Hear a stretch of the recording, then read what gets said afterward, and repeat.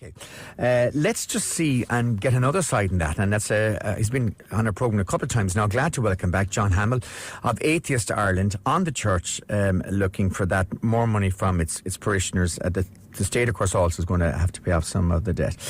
John, good morning to you, and sorry, let's get our lines right there. John, good morning and welcome to the programme.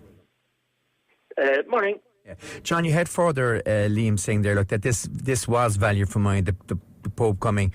Now, the state, we have to come up between 10 and 20 million, and the church looking for people in Waterford here to give in the diocese to help raise the other 4 million. Well, I suppose it's rather subjective. I think Sorry, the line is pretty bad there. I don't know why the phone is, or if you're near a radio. Just try it again there, John. Is that? I hope that's better now. Much better, yeah. But I think it's rather subjective, isn't it, when you talk about what's value for money? So, across the state, more than 10 million. And when we listened to what we got as a state for that, I think included was that the Pope went to pray at the shrine in Knock. So what we're saying there is that 100 years ago, a Palestinian lady appeared on a gable wall in County Mayo and gave us all a wave. Didn't have anything to say for herself. How do you mean, like you're saying for the Catholics, like the Virgin Mary appeared there, is it? That's right. And Jesus was there too, but Jesus was dressed up as a sheep at the time. So he didn't say anything either. And now we have the world's only infallible man turned up at the gable wall to mumble a few words, and this cost us 10 million quid. Except he seems to be infallible at all things except adding up.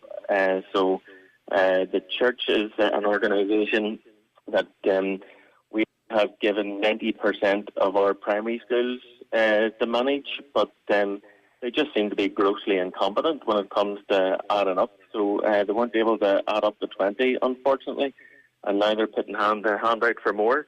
It's ironic, the Catholic Church is the richest church that the world has ever known, on the back of worshipping a guy who said, go and sell your possessions and give them to the poor and then come and follow me.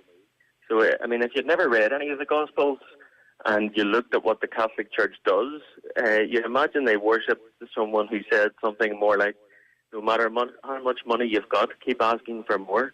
Because it seems no matter how rich the Catholic Church gets, they always have their hand out for more. And they always have their hand out for more, even though they owe us hundreds of millions of euros. So the redress scheme for all of the children that were abused in Ireland was supposed to be funded 50% by the state and 50% by the Catholic Church. And the Comptroller and Auditor General has said the Catholic Church has paid 13% of what they owe. So there was an example with the Christian Brothers, for example. They had promised to give over ownership of the state to a large number of playing fields that they owe in Ireland, and the value of that was 127 million.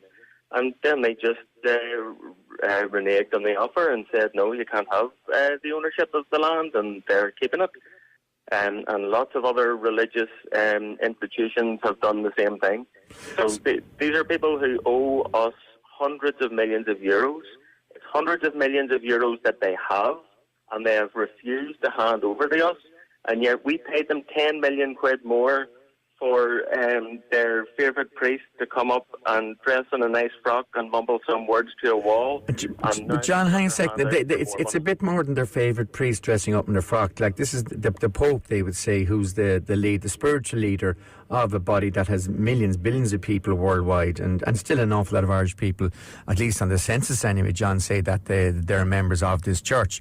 It's not just a fella, they might find that disrespectful to say it's a fella dressing up in a frock waving at a wall. Well, they might use different words, but that's what it is. I don't see why we can't say what it is. The guy put on a pretty frock and mumbled some words to a wall, and now apparently we have to pay them 10 million quid for this. You might say that lots of Catholics believe that this is the world's only infallible man, and he's, God's representative on earth. But lots of Catholics don't believe that. And none of the other faiths in the country seem to have their hand out in the same way that the Catholic Church does all the time.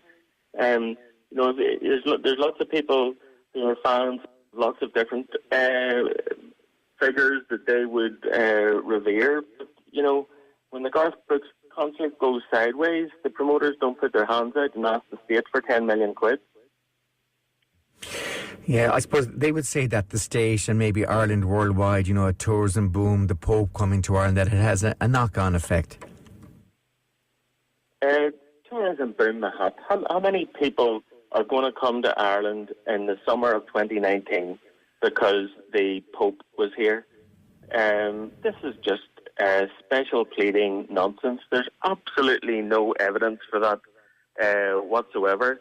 And I think, from my perspective, this is just clearly a knock-on effect of the crisis invocations that we always hear about. So the crisis invocations has now reached the bishops. So if you look at Maynooth used to be the largest seminary in the world. It was built to train 500 new priests every year, which was far too many for Ireland, so many went to the missions. But in 2017, the number of new seminarians entering Maynooth was 6. In 2018, it was 5. So the number of priests in Ireland has halved since the 1990s. And if you have, let's say, someone you consider like John Charles McQuaid, I wouldn't find very much to agree with John Charles McQuaid, but he must have been a very substantial figure to rise to the top of a very large Irish clergy at that time. And the Irish clergy just isn't the same organisation as it used to be. And therefore, it's not surprising that the people who come to the top aren't of the same calibre that they used to be. And if you look at the crop of the bishops that we have now that arranged this papal visit and couldn't add up to 20, there just don't seem to be an all right. John, a lot of people agreeing with you. I'll just read some of our texts there, John, bear with me. Texter says, some crack, I could think of a lot better charities than the Catholic Church. To hear this begging from the Church is sickening. The Pope met with the victims of abuse. Yeah, well, so he should. Another texter says, in the name of God, how can the Church ask for money for the Pope's visit? The Vatican is rotten with money. Let it pay for his little holiday. Have the Church not screwed enough people? How dare they? Another one, Eamon, how did this visit from the Pope cost so much? I'd love to see the breakdown of the costs.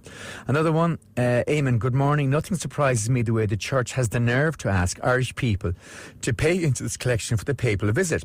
The disgraceful way the Church has treated the young people that were affected by those paedophile priests, every one of them driving new cars and living in big houses. Clergy, that's the clergy, most clergy were not involved in paedophilia. Let's stress that. Teresa says, the question about the Vatican, the cover-up is the issue. Teresa says to us, is he for real, Eamon? How dare he ask us, people struggling to pay for something most of the country didn't want anyway? He's living on the same planet as this government. Another one says, why did they waste money on those Valentine cards last February? They were the best quality. And Jackie says, Eamon, I can't believe the Catholic Church have the audacity to ask ordinary parishioners for money like this. Surely if people have any spare cash, they should be giving it to more worthy causes. Look at the homeless crisis, lack of resources in healthcare. The Catholic Church speaking out of two sides of their mouth again. Okay. Ando says, for you, John, what business is it of the man to talk about debt in the Catholic Church? He's not been asked to contribute, the atheist. Why are you giving him airtime? Well, and John represents... Well, let John answer that himself. Yes, so I think Anne's exactly right on that. If people want to give money to the Catholic Church, they're perfectly entitled to give as much as they like. But I think we're all entitled to a view in that the state hands over so much control of our public services to the Catholic Church. So I mentioned earlier that 90% of our primary schools are paid for by the state but managed by the church. And if our primary schools are being managed by people who have problems with adding up, then I think that's a concern for us all. And as I say, it's a concern for us all that the current crop of bishops just don't seem to be as high calibre people as they used to be. I mean, if you look at how this papal visit was managed, it looks like it's an absolute disaster. I mean, they were way, way off in all of their estimates. So, yeah, I think a large crop of the current bishops are away with the fairies. Except your bishop down there in Waterford, Eamon, I think he's going after Waterford, chasing after all the demons that the yoga instructors are bringing into Waterford. So yeah, but Bishop Fonzie's away shouting at demons, but the rest of them are away with the fairies. That might be a bit. Look, he was on the programme and he made the view that he does believe that there is, I suppose, a supernatural world, and we're here on Halloween night, and that there are energies and that there are forces. That's his belief. Exorcism is a part, I suppose, of the Catholic Church. That's good. If that's his belief, then I can suggest a way that Bishop Fonzie can bridge the 4 million gap. Maybe he can go off and sell some magic beans to all the demons. If he thinks that's real, then he can go off and do that, and the rest of us can spend our money in the real world. John, I want to ask you this. Do you not think that when you look at the history, notwithstanding the abuses and excesses that took place, but the Catholic Church stepped in when the state and communities failed to provide, for instance, in health and in education? Would you not think that there was anything good in what they did? Sure. So when a lot of the institutions of the state were set up, and inevitably they were set up by religious people because at that time everyone was religious. And so I was educated by the Christian Brothers. I have absolutely no complaints about my education. I think the Christian Brothers provided a great service in my school. I'm still friendly with my religion teacher from school, Father Joe McDonald. He's a great man. But, you know, at the minute we're raising taxes from a country that comprises people of all faiths and none. And because we have a heritage in this country that was religious, doesn't imply that all of the cash in the state should be controlled by the religions. You know, things change. When you look back at that time that you're talking about, when you're quite right, a lot of the institutions of the state were set up by the religious. There's a lot of things that happened then that we have no problem in changing. And so we don't say it's good to discriminate against gay people, discriminate against women, to shame unmarried parents. All of these things were common at the time, and all of these things can be changed. And the same is true as how we deliver our public services. When we raise taxes from a pluralist country that includes people of all faiths and none, then it's not appropriate that those public services delivered with those taxes are delivered by the one specific denomination in order to evangelise their own ethos. All right. Okay, listen, John, thanks for joining us once again, John, and for giving us your views on that.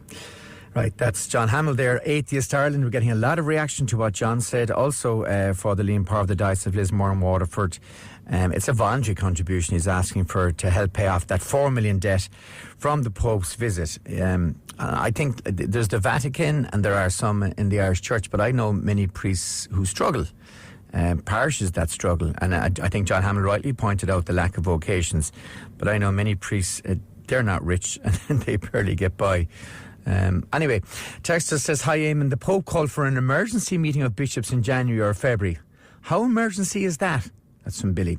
Tommy says, Eamon, you should be not giving the vile comments, insulting comments, airtime. For someone who believes in nothing, he knows a lot about everything. Another says, why are you giving airspace? Another says, John is so right, speaking for a lot of people. Another one says, the church owes that atheist nothing. He should not be on. A lot more coming in on this. A lot of comments too as well on the opening email I read out from listeners that accused us, WLR here, of being racist around travellers. Texas says, Emil, those traveller do-gooders, please cop on. Peter Casey's comments on traveller abuse in our society is gathering support from a fed-up, law-abiding public. That's from Porrick. Another one says, on the Pope's visit, when the Pope's visit was to the World Meeting of Families and not a pastoral visit to Ireland, surely the cash-rich Vatican should be paying the cost of the week-long festivities and not the people of Ireland that are going to Mass.